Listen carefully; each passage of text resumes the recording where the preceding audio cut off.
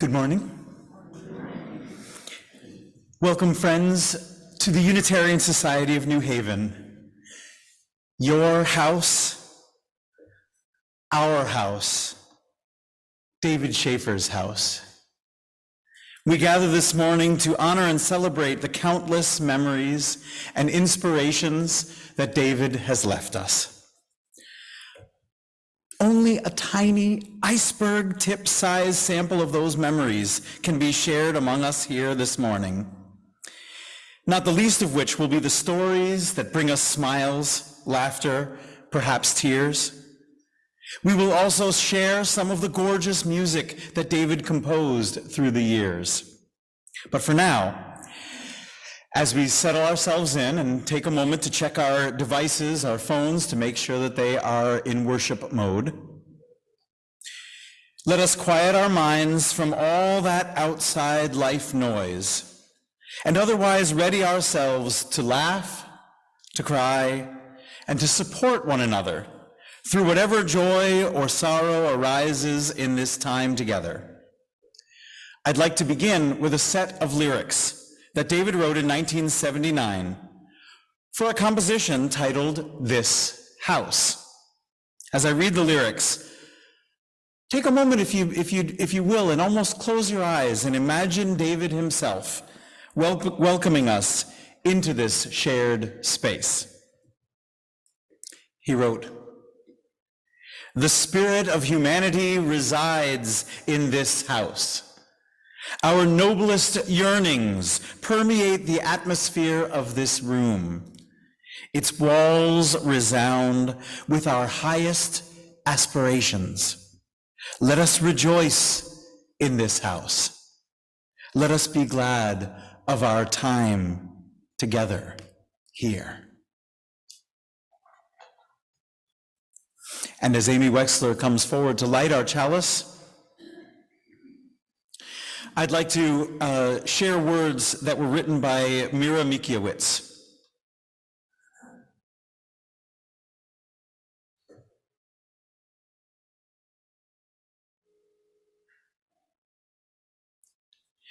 We light this chalice, symbol of Unitarian Universalism, a chalice that transforms wax into pure light and warmth, to remind us of our own living, transforming the stuff of this world into the love and activity of our daily lives.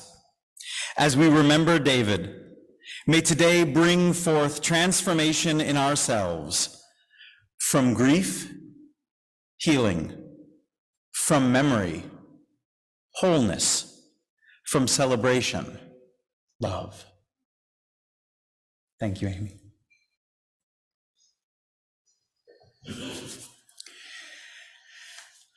So on March 8th, 1931, in Wichita, Kansas, the world changed for the better with the arrival of David Edward Schafer. Greeted and nurtured by parents Glenn and Dorothy, loved by two sisters, Ruth and Jane, and in one of life's great and mysterious coincidences, June, the woman whom he'd shared nearly 71 years of marriage with, was born just 5 days after in the same exact hospital. Talk about having a Kansas-style yellow brick road in front of you to follow. Throughout his life, David was a prodigious learner, absorbing math, music, languages, the way most people, like myself, absorb dessert buffets. He was in second grade by age 5. He was in university by age 13, and he co-founded his first nonprofit organization, the Wichita chapter of the Congress of Racial Equality, or CORE, at age 16. By the way, the co-founder of the group was none other than the aforementioned June Jocelyn, who he had met 2 years earlier at the West Side Baptist Church. David was West Side's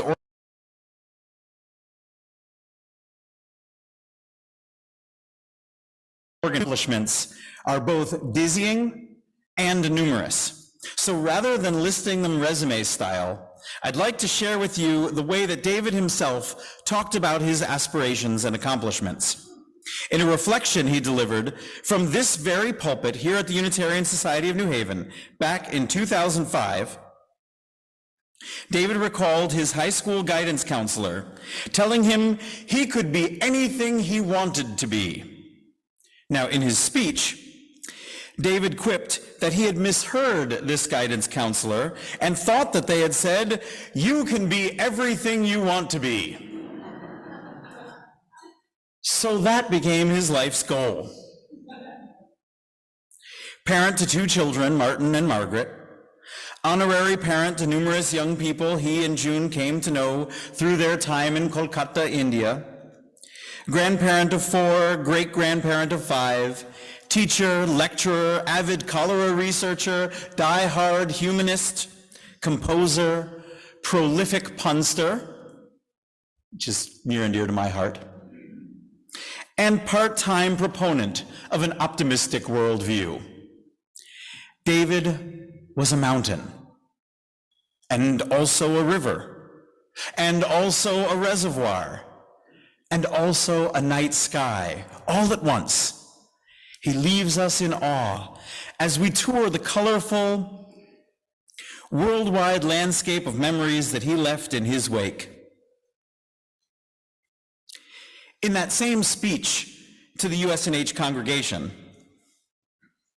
that I referenced earlier, David talked about how in his teenage quest to become a star athlete, he would practice hurdling from the front porch, jumping over the railing, until, that is, he broke his right arm in 2 places. Now, his reflection on this, his learning from this, it was this injury that led him to focus his energy on improving his left-handed piano playing. So that's it, isn't it? The essence of David Schafer.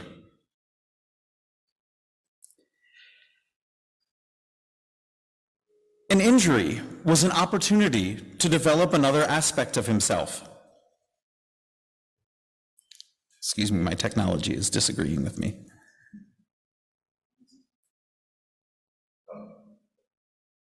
There we go. It was this injury that recalled to help him focus on his left-handed piano playing. So that's it, isn't it? The essence of David Schafer. An injury was an opportunity to develop another aspect of himself. Every doubt was a question in disguise. Every roadblock was an arrow pointing down the road less traveled. Every sickness was a puzzle to be solved, and every book was to be read and then stacked floor to ceiling in the living room for potential future reference. Now, I have not shared with you David's life story, but rather I've invited you to open this story for yourselves in your own ways, and to share what you shared with him, to stack your memories floor to ceiling for future reference. In closing, I'm going to invite David himself to have the last word, a simple, eloquent reminder that life and legacy cannot be bound into a single story, but rather they are a tapestry that we here continue to weave. David said, "In all our wild and precious lives, quote, let us be glad of our time together here."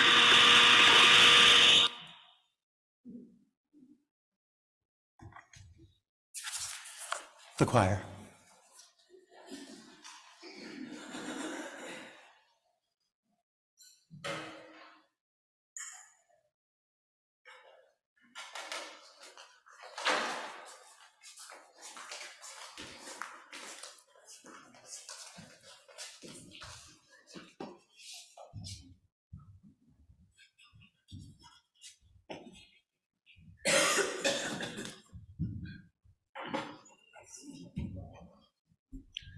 The words to the 2 anthems that we'll sing today are on the back of your order of service.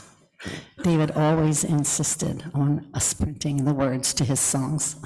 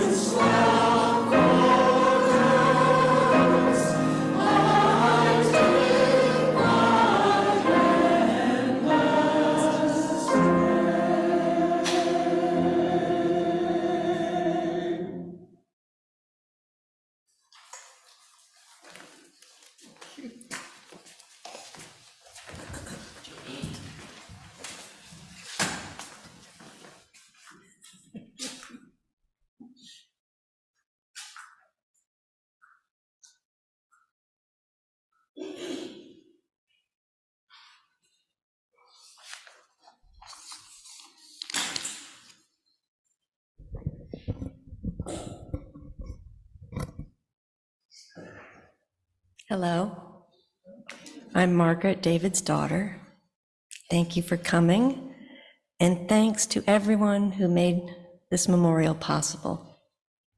I also want to especially thank the many people who cared for my father as his physical and cognitive abilities declined, and to the wonderful staff at the North Haven Dialysis Center and Benchmark Senior Living in Hamden. I have been told that it's customary at times such as these to offer a reading or poem.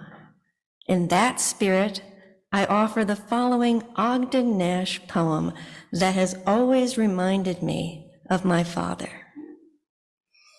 I give you now Professor Twist, a conscientious scientist.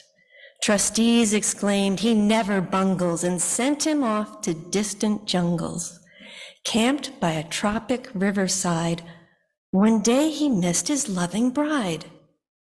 She had, the guide informed him later, been eaten by an alligator. Professor Twist could not but smile. You mean, he said, a crocodile.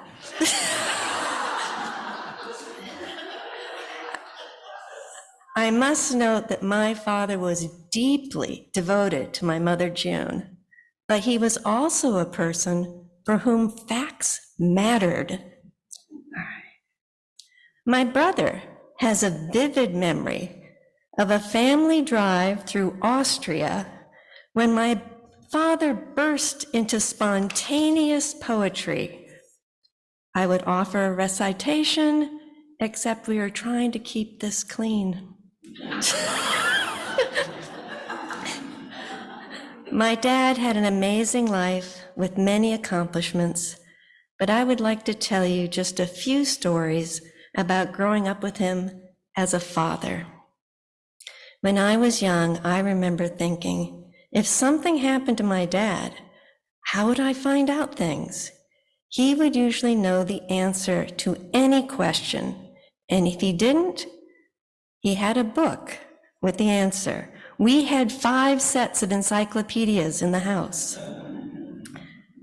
And if he didn't have a book, we could go to the library. One time we went to Miller Library and we looked something up on microfiche.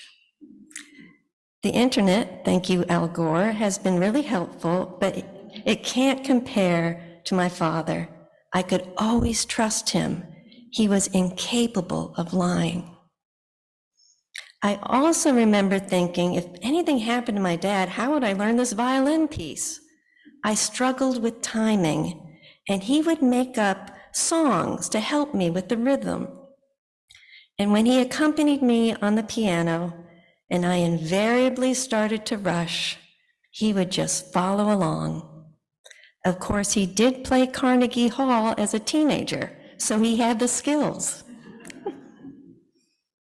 Unlike my brother Martin, I struggled in math, and my dad spent many evenings helping me with calculus. I remember him saying, "It's like climbing a hill, but once you get to the top, you can see forever." Climbing that hill is still on my to-do list. My sophomore year at college, my dad asked me what I was going to major in, and I said, "Well, it's not engineering." "How do you know that?" he said. I said emphatically, "Some things you just know." It's funny because years later, I did end up becoming an engineer. And that question, "How do you know?" from my dad was quintessential. He asked it all the time. He spent his life in search of knowledge and truth. The truth is, I loved him very much.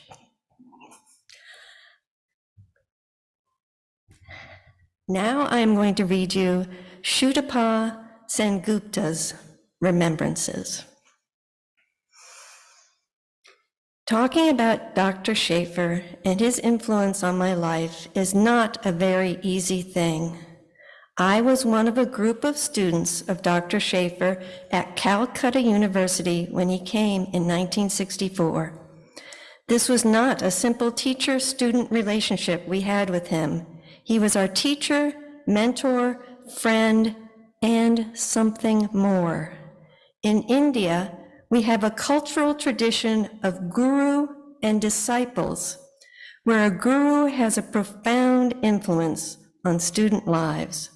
Dr. Schafer was our guru in every sense.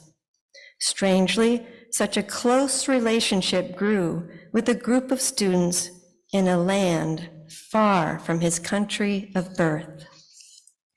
As he started teaching us, within a few days, we realized that we had met a brilliant teacher who was also a very friendly person. Although he was foreign, communication with him was easy because he made us feel at ease.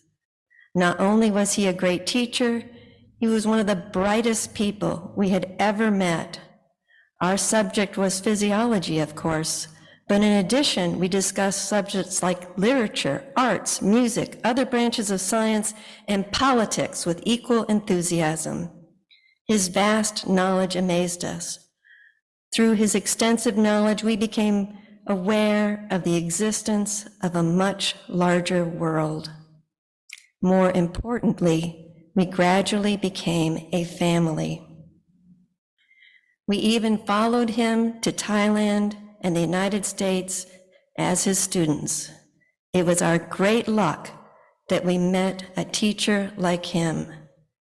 He is no longer with us, but his influence on our lives is everlasting.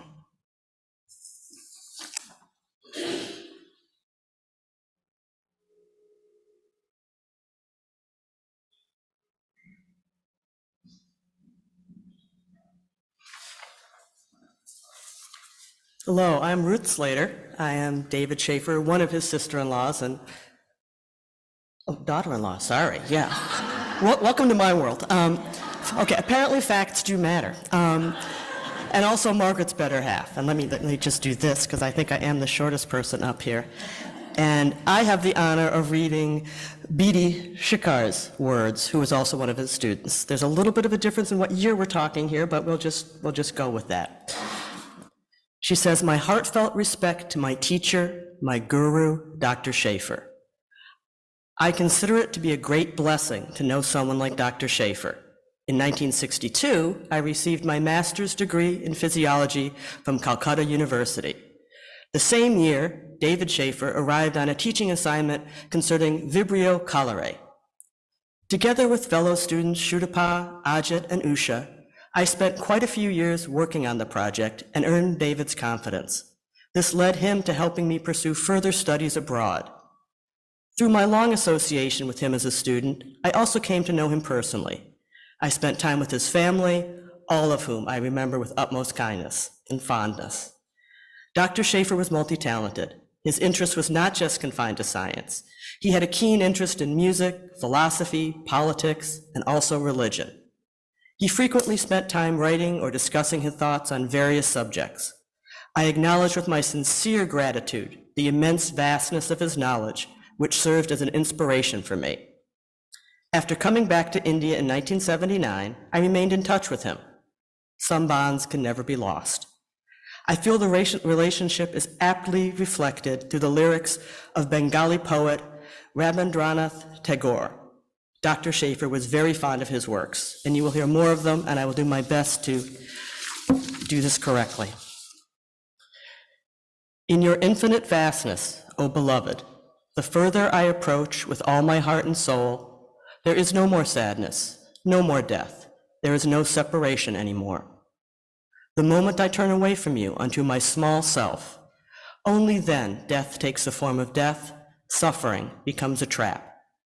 Oh, the most complete, the most wholesome, at your feet is available all. Selfishly deluding them as mine, this immature self laments day and night.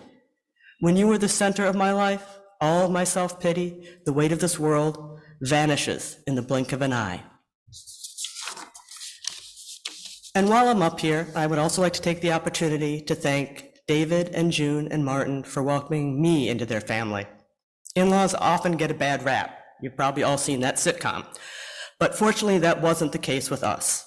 In many ways, spending time with the Schafers was similar to how I grew up. Spirited conversations interspersed with trips to the bookshelf for reference material. David was honestly interested in learning about the things I was doing and how they worked, and I appreciated his take on things I didn't know much about. We didn't always see eye to eye, but I usually learned something going back and forth with him, and I think we both enjoyed the banter. But I think the main and absolutely the most important reason that David and I got along was our shared love for Margaret. Whether it was our house or his, I will miss the look in his eye whenever he saw his daughter, and I will always carry that with me, and I'll never forget that.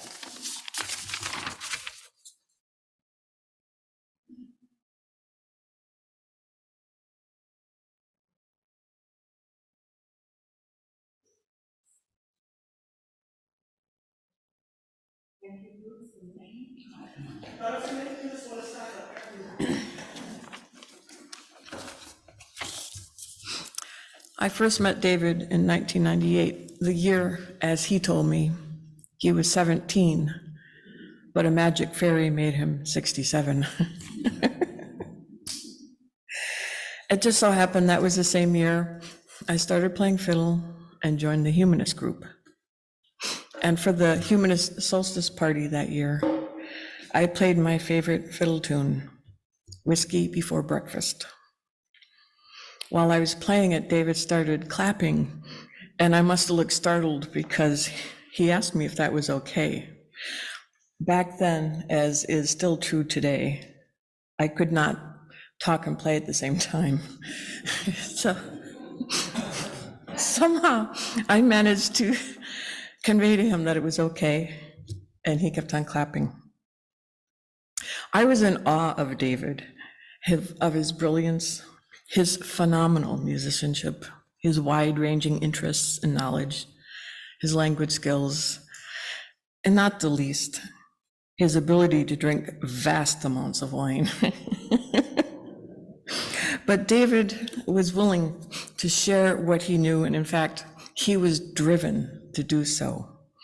And he became my mentor as well as a friend. In the interest of time, I'm going to fast forward to 2020. In the first months of the pandemic, his daughter Margaret contacted me to say that David wanted to see me. Me. I was so honored. Of all his friends, he wanted to see me. So we set up a time for Margaret and Ruth to bring David to my backyard for an after lunch get together. They brought an excellent bottle of scotch. Thank you very much. And as you remember, it was in the trunk of their car, so it was hot. Do you remember that?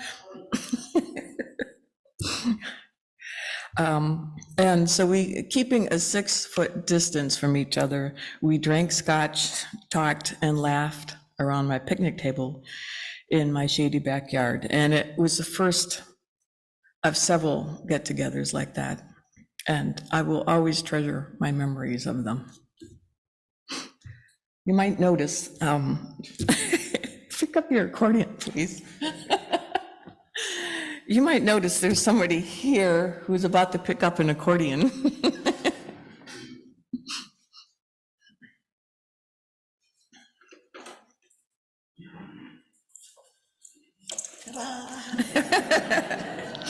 This is not a guitar, as many people thought it would be. This is John Kalinowski, with whom I started a band, The Wild Notes, about the same time I played Whiskey Before Breakfast in 1998. For the solstice party the next year, in 1999, I brought John along to play the tune with me. He doesn't remember this, but I do know that he felt some trepidation about playing for a group of atheists. He didn't really know what to expect. I mean, we eat babies, right? What he found was a group of mostly elderly people who were warm, generous, and welcoming. So today we're going to play Whiskey Before Breakfast in David's honor, and also a tune I just wrote for David called Scotch After Lunch. If you feel moved to clap along, do so.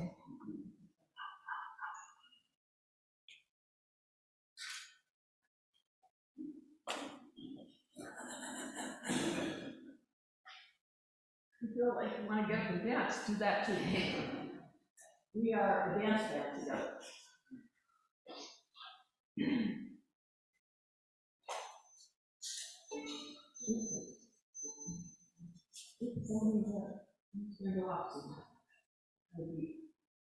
Okay, that's it.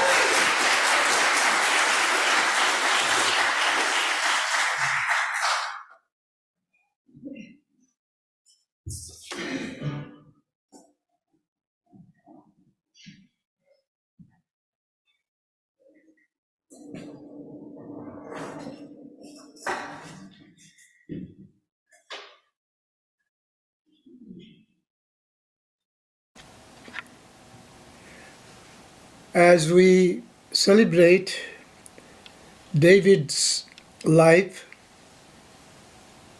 I want to reminisce about my association with him and his family for the last almost 60 years. I first met David at the University of Calcutta in India. David came there as a research scientist, and he has gathered several research scholars around him, namely B.T. Sharkar, Sutapa Gupta, Usha Bhargav, myself, and a couple others. But before the rest of us would appear in the morning, I would go there an hour earlier. We'll sit down and we'll study for David Sanskrit and Bengali literature, music, and philosophy. David wanted to learn Bengali, so he had a book written by his friend Ed Dimmock of Bengali learning, and with him had Monier Williams's dictionary of Sanskrit to English. So those are the two weapons he brought to India to study these things. He taught me biology, physics, chemistry, about American contemporary poets and literateurs and musicians like Tom Lehrer, Ogden Nash, and Isaac Asimov, and music-wise Woody Guthrie, Leadbelly, Pete Seeger, Mitch Miller and his gang, and again Tom Lehrer. We would sometimes sing some of the songs that David liked. I wasn't much of a singer, but I would sing with him. David gave me a beautiful two-liner written by Ogden Nash. It's called The Fly. Here it goes. God in his wisdom made the fly and then forgot to tell us why. He had a large collection of limericks. I did too, and we would exchange limericks, and one of the limericks he sent me was, there was an Irish girl, bright, started running faster than light. She went away in an Einsteinian way and came back the previous night. Within parentheses, it happens if one travels faster than light. Of course, David being a physicist, that parenthesis has to be there. David shared his thoughts in science and philosophy with his students, fellow research workers, and colleagues. Many of them actually stole his ideas and eventually published papers without giving any credit. David was sad, but he never complained. He used to say, science is a continuum. All of us as scientists and research workers, we plug in the holes to make it a whole. David liked Sanskrit philosophy and literature very much. One of the hymns from the Shvetasvara Upanishad that David really enjoyed, and he made me try to sing while he composed the score for the piano, was presumably 4000 BCE, an angry hermit by the name of Vishwamitra.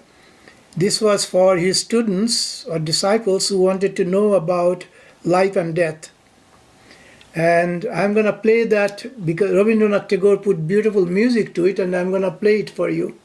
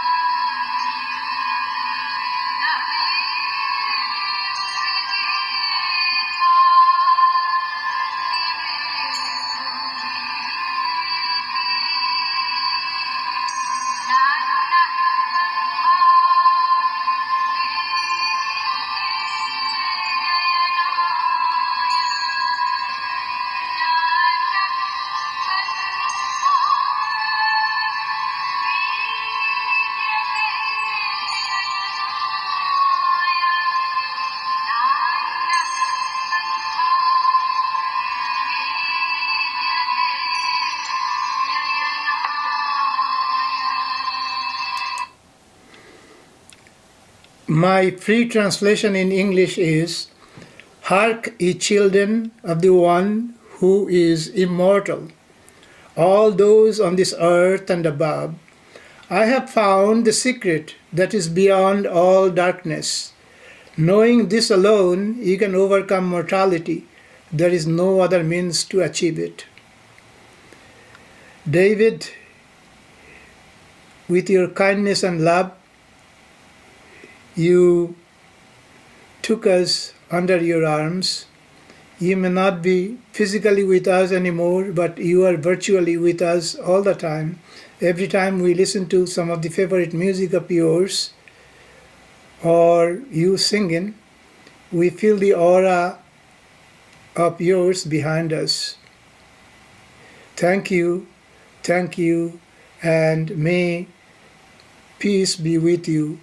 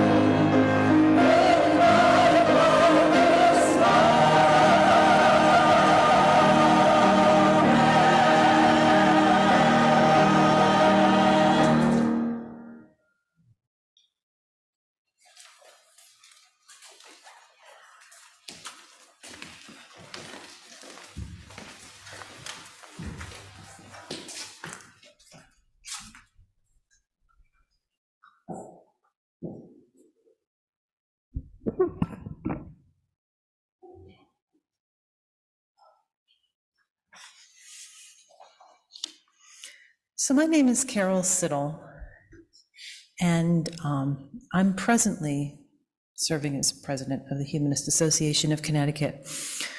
But one of the things that humanist associations noticed was that they tended to get stuck. They'd have one couple that would run them, and then they'd disappear into Neverland at some point when that couple moved out of town or whatever. So I'm going to tell you about David's humanism, but the thing to remember is that it was David creating an organization. It wasn't David's organization, and he passed it on so that more people can run it after he's gone. So David and June Schafer founded the Humanist Association of Central Connecticut in 1989, along with several Unitarian friends, and David served as its first president. A longtime member of the Unitarian Society of New Haven, David arranged that the association would be based at USNH, would get its 501c3 via the American Humanist Association, and would be affiliated with the Council for Secular Humanism. In the beginning, the organization had one monthly lecture and an annual picnic. In the ensuing years, a discussion program, a discussion dinner, and a social dinner were added, and Central was removed from the name. The organization just celebrated its 34th anniversary. David and June worked for years to get a humanist student organization up and running at Yale. It was a never-ending task. Each year, new leadership would be nurtured until their trusty faculty advisor finally just moved out of town, and the project went dormant until the founding of the Yale Humanist Community, which again, they strongly supported, but which sadly hasn't survived either.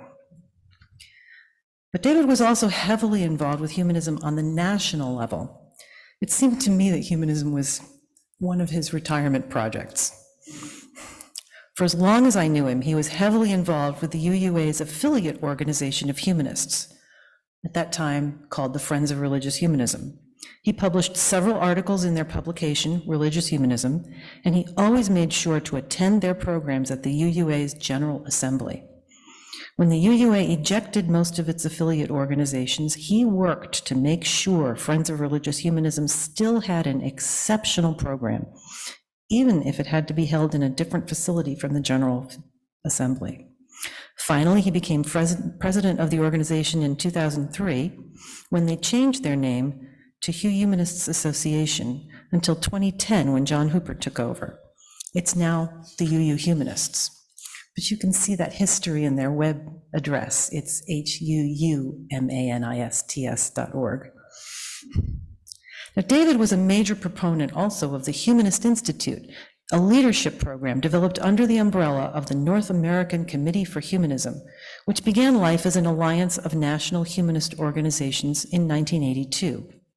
David graduated with Class 4 of 1993, mentored Class 9 of 2001, and was published in their publication, Humanism Today. Of course he was published. He convinced several of our members, including my husband Richard and me, to attend over the years, further strengthening the contacts between our local groups and the national movement. When June enrolled in the Institute while David was a mentor, they gleefully joked about having a student sleeping with a mentor. By then they'd been married for 52 years. David always still made time for the Humanist Association of Connecticut. He always played piano for a sing-along at the annual solstice party. He gave a whole series on Islam after 9/11. He co-led a book discussion series on how to read the Bible. Of course, he was on the board as long as he could be. He would keep us up to date with presentations on everything from philosophy to current science, the last of which was on climate change, and was excellent, even though he was already beginning to show signs of dementia. I knew that David was starting to lose it when we could keep up with him. David created an organization that would outlive him. And today, when other humanist organizations are closing their doors, I'm happy to report that we still meet 4 times a month.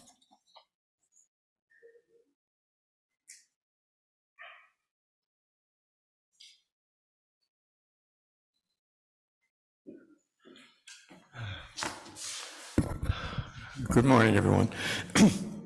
My name is John Hooper, And as Carol mentioned, David passed on something to me as well.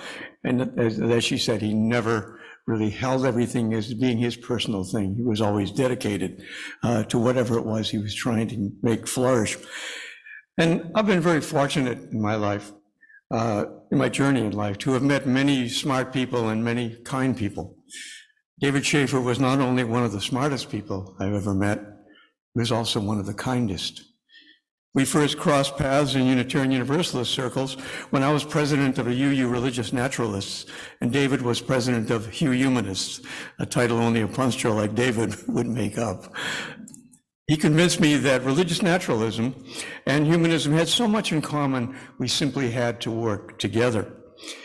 A few months ago, I was looking through some old files from that time period and came across this note from David to me, and I'll quote the note in its entirety, because it really reflects who he was, I think.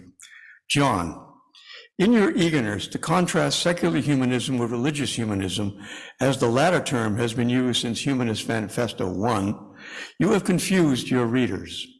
In fact, American religious humanism, as defined in HM1 and documented in an abundance of subsequent literature, is actually a form of secular humanism, which differs from the other secular humanisms only in its explicit recognition of and emphasis on the importance to human beings of the emotional life, the value of community, the utility of symbolism, the inspiration of the arts, and the need for intergenerational continuity.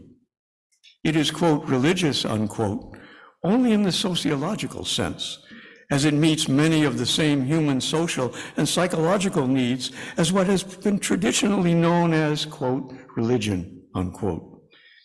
The pseudo-dichotomy between religious and secular humanism has needlessly divided the humanist family, and the sooner the split is healed, the better it will be for all humanists. David. I need to point out that I don't remember what presentation or article of mine he was referring to. It seems it was far more important for me to save David's criticism than to save whatever it was that I presented at the time. I guess the primary characteristic of an extraordinary mentor is that one values the mentor's criticism more than what the mentor is criticizing. This specific criticism from David comes from the heart of his humanism and his dedication to critical thinking. This is what he was saying to me, and indeed to all of us. We must always question dichotomies, especially the ones that we ourselves hold dear. David's intellectual, psychological, and indeed spiritual message was that we need to consider the reasonable and questionable components of both sides of any issue. If we are to become more fully human, we must diligently seek the both and in every either or. Many like me who fell under David's spell have internalized this unifying principle. In our woefully dichotomized society and institutions, this type of quest often provokes misunderstandings in others. It did for David, and it has for me. But I think it's both humbling and a kind of a compliment to be misunderstood in the same way David Schafer occasionally was. Gail and I moved away from Connecticut almost 9 years ago, but whenever we came back here for any reason, I'd try to visit David and June at home. June would direct me to a chair with a TV table in front of it, on which she had placed a little snack. She and David would sit on the couch across from me with their own TV table and snack. And when a subject of particular interest came up, he would frequently make his way as best he could to one of the many neat piles of books stacked around us. He'd pull out one of them, he'd go down the stack and pull out one of them, flip through the pages and finally come to what he was looking for, and he'd sit and read out a paragraph that supported his position. I mean, This looked like a disorganized stack. He knew where everything was and what everything was in those things in the stack. That's the kind of amazing person he was. I really miss those visits. It gives me a warm feeling when I think of David sitting on the couch right next to June, the two of them framed in stacks of books. He would smile at June, she would smile back, and then they'd both turn to me, both still smiling. David loved June, loved learning, loved music, and loved life. What a joy and what a gift it was to have David and June in my life. It still is.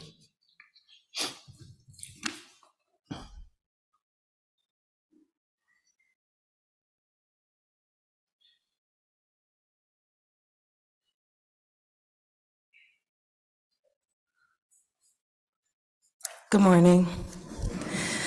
My name is Tanisha Drummond, and I had the opportunity for knowing Dr. David Schafer and Miss June for over 30 years. Wherever there was David, there was Miss June. Wherever there was Miss June, there was David. I've called David Dr. Schafer for probably 15 years until he said, "Please call me David." I said, "Sure, David." It was a pleasure working for David and Miss June for the last 6.5 years. I can always remember David in politics. We sat at his dialysis treatments just watching CNN. I've never been into politics until then. You know, it got me out there canvassing in Philadelphia and Georgia for the state senates. But he was such a loving husband. I just loved the way, I was so compelled just to see them together all the time. You know, I loved the Miss June. I thought she wore the boots in the relationship, and I loved that. But it was really David. And the way they ate together every day. And it was just like the family. And Margaret, you know, thank you for always taking my text messages at any time of day, you know, and meeting you and Martin at the Thornton Turnpike playing with Nan and you and David. I mean, it was always a beautiful moment for me just to be amongst family who always had a great relationship. And he loved you guys so much. I'm definitely going to miss them because they were definitely the grandparents that I've always had in my life and the great grandparents to Waverly. And we will definitely keep them in our hearts forever. Thank you.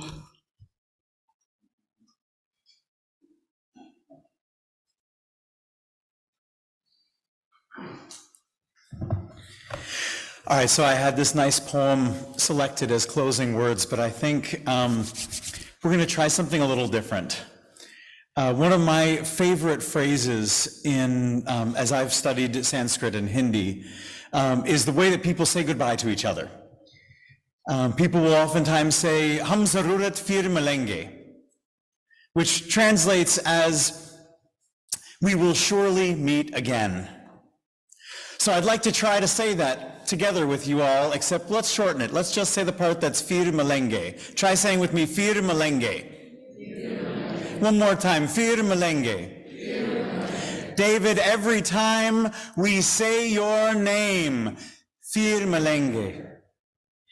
David, every time your music is played or we sing one of your songs, fir milenge. Whenever we see the flowers that grow in our memorial garden where yours and June's ashes were interred this morning, and every time you even cross our mind, fir milenge. And as Amy comes up now and extinguishes our chalice, please join me in the words of extinguishing the chalice, which are in your order of service. At the end of this, I'd like you to add something where it says, until we are together again, let's say Fir Malenge one last time.